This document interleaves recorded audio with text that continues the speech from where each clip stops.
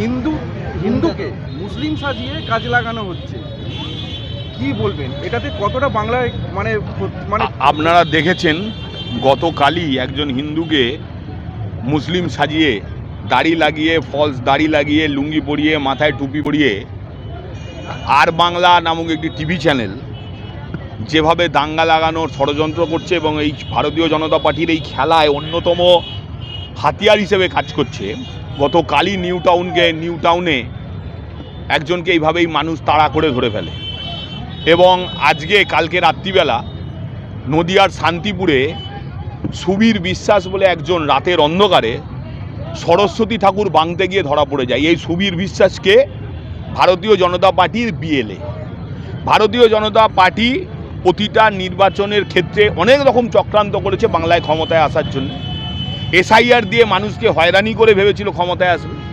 তৃণমূল কংগ্রেসের সুপ্রিম কোর্টের লড়াই এবং সংগ্রামের ফলে আমাদের নেতা অভিষেক ব্যানার্জি এবং আমাদের নেত্রী মমতা ব্যানার্জির লড়াইয়ের ফলে সেই চালটাও যখন ভেস্তে যেতে বসেছে, তখন ভারতীয় জনতা পার্টির বহু ব্যবহারে বিদ্ধ যে ধর্মীয় ভেদাভেদ, ধর্মীয় বিদ্বেষ ছড়িয়ে এলাকায় ক্ষমতায় আসার যে প্রচেষ্টা, তার ফলস্বরূপ বিভিন্ন জায়গায় ভারতীয় জনতা পার্টির যারা কর্মকর্তা, যারা বুথ লেভেলের বা অঞ্চল লেভেলের নেতৃত্ব, তারা কোথাও রাতের অন্ধকারে মন্দিরের মূর্তি ভাঙছে, কোথাও মুসলিম সেজে মন্দিরে গিয়ে হামলা করছে, কোথাও মসজিদে ইট বেড়ে পালিয়ে যাচ্ছে।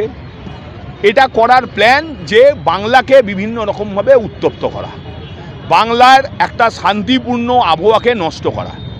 এর বিরুদ্ধে আমি বললাম আজকে আমাদের মানুষকে সজাগ হতে হবে।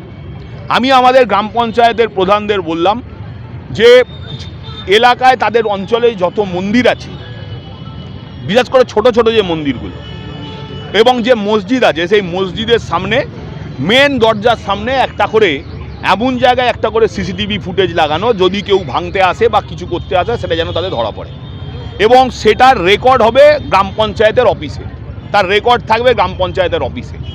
আমরা পুলিশকেও সেটা বলছি। তার কারণ না, ভারতীয় জনতা পার্টির নোংরামির শেষ নেই, এরা সব পারে, এদের কোনো ধর্ম নেই, এদের কোনো জাত নেই। আপনি দেখবেন যারা হিন্দুত্বের কথা বলে, আমরা জানি হিন্দু ধর্মের 4 ধামের প্রধান হচ্ছে শঙ্করাচার্য। সেই শঙ্করাচার্যকে উত্তরপ্রদেশে যেভাবে মারধর করা হলো, হয়রানি করা হলো, শঙ্করাচার্যের শিষ্যদের চুলের মুঠি ধরে টেনে নিয়ে যাওয়া হলো, এর দ্বারা প্রমাণ হয় এরা না হিন্দুর, এরা না মুসলিম, এরা শুধুমাত্র ক্ষমতা থাকার জন্যে এরা হিন্দুত্বের তাস খেলে। এরা এখানে বলে গরু কাটা যাবে না, গরুর মাংস ভক্ষণ করা যাবে না, আর এদের সরকার আছে যে নর্থ ইস্টের স্টেটগুলোয়, সেখানে বহাল তবিয়তে গরুর ব্যবসা চলছে এবং ভারতীয় জনতা পার্টির নেতৃত্ব সেখানে দাঁড়িয়ে বলছে আমরা গরু খাবো। আমরা বলি মানুষ কি খাবে না খাবে মানুষের অধিকার, কিন্তু এই দ্বিচারিতা কেন?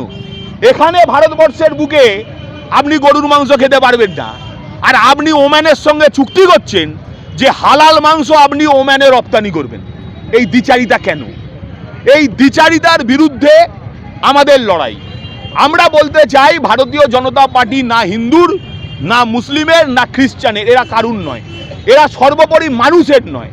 এরা খালি নিজেদের স্বার্থে, নিজেদের এজেন্ডাকে প্রতিষ্ঠিত করার জন্যে, হিটলারি কায়দায় ক্ষমতায় থাকার জন্যে বিভিন্ন সময় বিভিন্ন তাস ব্যবহার করে। তাই এদের বিরুদ্ধে মানুষকে সজাগ হতে হবে। যে হিন্দুরা ভাবেন ভারতীয় জনতা পার্টি হিন্দুদের রাজনৈতিক দল, তাদের আমি বলি এই ভারতীয় জনতা পার্টি শঙ্করাচার্য তাদের সঙ্গে মতের অমিল হওয়ার জন্যে তাকে পূর্ণ স্নান মাঘী পূর্ণিমায় করতে দেওয়া হয় না, তাকে মারধর করা হয়, তাকে আটকে দেওয়া হয়, তার শিষ্যদের ওপর চুলের মুঠি ধরে সাধু সন্ধ্যে টেনে নিয়ে যাওয়া হয়। এটা তো বাংলায় হয়নি, এটা কোথায় হয়েছে? এটা উত্তরপ্রদেশে। যাকে বলা হয় হিন্দুর আইকন, সেখানকার মুখ্যমন্ত্রীকে যোগী আদিত্যনাথ। আজকে এখানে একটা মন্দির ভাঙা হলে, যদি একটা মন্দির ভেঙেও যায়, কেউ ইট ঢেলা ফিকে দেয়, সেটা নিয়ে শুভেন্দুবাবুরা বড় বড় কথা বলেন। আমরা কি জানি? ভারতবর্ষের প্রাচীন শহর বেনারস, 3000 বছরের প্রাচীন, সেখানে বেশ কিছু মন্দির আছে যে মন্দিরগুলো 500-600 বছরের পুরনো। সেরকম মন্দির 150 মন্দিরকে সেখানকার উত্তরপ্রদেশের যোগী আদিত্যনাথের সরকার ভেঙে দিয়েছে। বেনারসের বুকে 150 প্রায় 500 বছরের প্রাচীন, 1500 বছর, 1000 বছরের প্রাচীন মন্দিরকে ভেঙে দেওয়া হলো। ধূলিসাৎ করে দেওয়া হলো। ভারতবর্ষের তথাকথিত হিন্দুদের সবচেয়ে প্রাচীন শহর বেনারস, 3000 বছরের প্রাচীন শহর, 1000 বছর 500 বছরের মন্দিরগুলোকে ভেঙে দেওয়া হচ্ছে, মুখ থুবড়ে পড়ে আছে। 300 বছরের পুরনো হনুমান মন্দির, হনুমান মূর্তি দিল্লির বুকে ভেঙে দিল RSS এর অফিসের কার পার্কিংয়ের জায়গার অভাব হচ্ছিল বলে। হনুমানজির মূর্তিকে ভেঙে দেওয়া হলো। এখানে হনুমানজির মূর্তি পুজো হয়ে গেছে, রাস্তায় পড়ে আছে, তাতে একটা ঢিলা ফেলে দিলে এরা হচ্ছে ট্রাই রব তোলে, কোনো একটা বাচ্চা ঢিলি ফেলে দিলে। আর সেখানে 300 বছরের প্রাচীন হনুমানের মূর্তিকে ভেঙে গুড়িয়ে দেওয়া হলো কার জন্যে? রাষ্ট্রীয় স্বয়ংসেবক সংঘের হেড অফিসের কার পার্কিংয়ের জন্যে। রাবণ হচ্ছে নরেন্দ্র মোদী, ইনি ছলনার আশ্রয় নিয়ে মানুষের সঙ্গে যে কোনো তঞ্চকতা করতে চায়। তাই মানুষ সাবধান থাকুক, এই অনুরোধ মানুষের কাছে রেখে গেলাম।